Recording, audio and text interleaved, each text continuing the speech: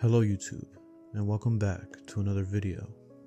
Today we're discussing rejection, a challenging experience most of us have faced. While rejection can be painful, I believe it is a necessary part of personal growth, especially during our formative years. It is through these difficult moments that we develop mentally and socially. Putting yourself out there, despite the risk of rejection, can build confidence, character, and opportunities. However, rejection is a source of fear for many, and most people would prefer to avoid it. While I firmly believe in the benefits of stepping outside of your comfort zone, I understand that not everyone is emotionally equipped to handle rejection. For some, the pain can be so intense that it drives them to react in irrational and even dangerous ways. The following incident is a perfect example of how overwhelming rejection can lead to tragic consequences. So sit back and try to relax as we get into the story. This case takes place in Rockford, Illinois, known as the City of Gardens, due to its 4,000 hectares of parks and public gardens. Despite its picturesque name, Rockford ranks 133rd out of 150 best places to live in America and has been plagued by a high violent crime rate, with 11 homicides per 100,000 people in 2014. Situated just a half an hour from Chicago, often referred to as the nation's murder capital, Rockford is regrettably not a place conducive to settling down and raising a family. The case I'm presenting today tragically underscores this unfortunate reality. On the night of December 20th, 2014, the serene atmosphere at 3234 Montrose Avenue was shattered by the sound of gunfire. A 911 call from terrified neighbors prompted police to rush to the scene. Upon arrival, police discovered the bodies of Martia Flint and her two young sons, Tyrone Smith III and Tobias K. Smith, along with her boyfriend DeMonte Rhodes. They were murdered in an execution-style shooting. The victims were found shot at point-blank range, indicating that these murders were deeply personal. Detectives quickly connected the dots and identified Calvin Lewis Carter III as the prime suspect. An investigation of Martia's phone revealed that she had been romantically involved with Carter. Their text messages indicated a toxic and violent relationship, with numerous messages suggesting physical abuse by Carter. Martia had ended the relationship with Carter to rekindle her relationship with DeMonte Rhodes. She tried to remain cordial, even offering friendship, but Carter became obsessed, persistently pleading with her to reconsider. Despite her attempts to cut all contact with him, Carter continued to harass her. Martia expressed her fear in text messages, saying, "Leave me alone," and "I'm scared of you now." She also confided in a loved one about her concerns for her safety.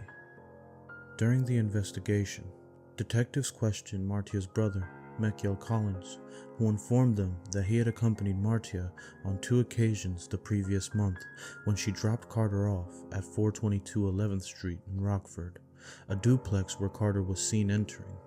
Carter was also linked to a nearby address, 1345 4th Avenue, which police found vacant on the morning of December 23, 2014. They discovered a .45 caliber handgun, a sweatshirt, and a glove behind the garage at the address, with ammunition matching the shell casings found at the murder scene.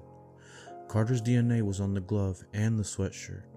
Additionally, there was an outstanding arrest warrant for Carter from St. Clair County on the charge of misdemeanor theft.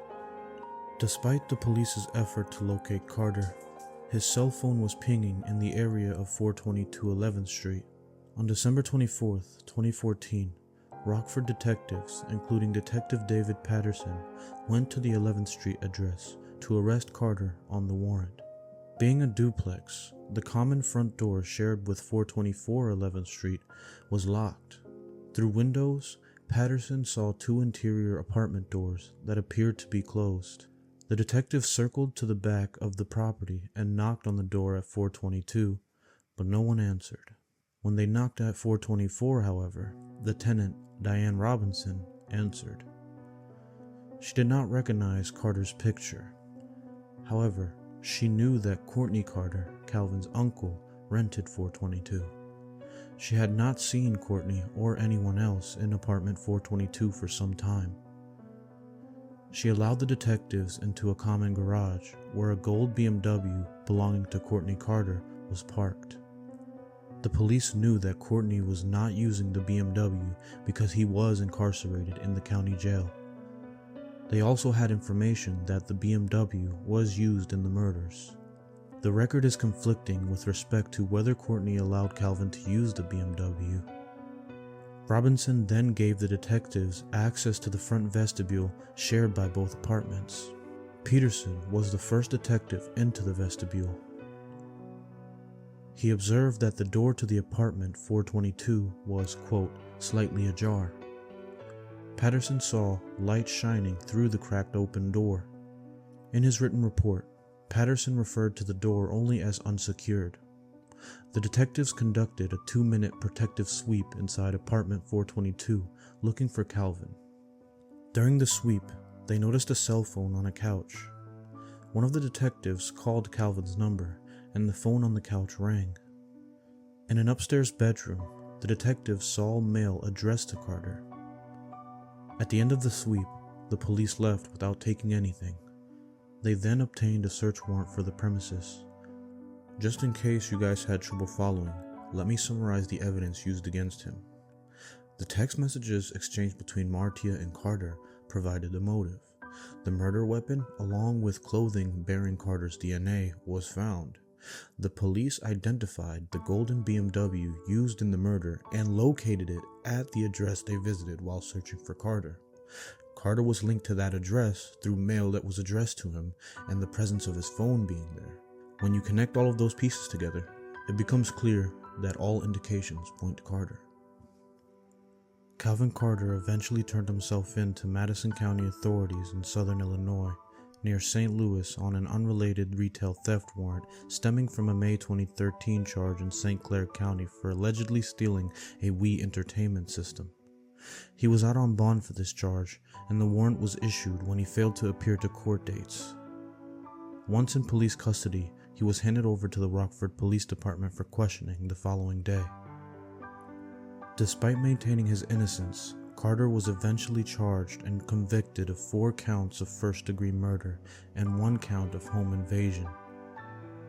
On September 8, 2017, he was found guilty on all counts and sentenced to 4 life sentences plus 280 years in prison. Thankfully, he will never see the light of day again. This is the part of the video where I like to share some final thoughts.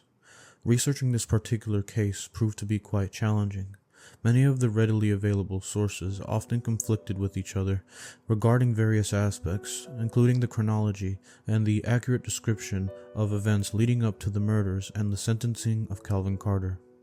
Due to these discrepancies, I have provided all of my sources in the description. My primary source was the court documents from the Appellate Courts of Illinois, which you can find linked in the description again.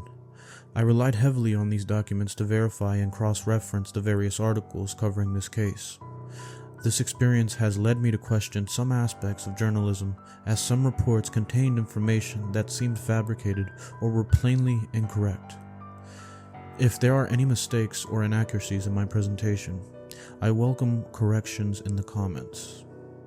I value transparency and open dialogue, so please feel free to share your insights and criticisms.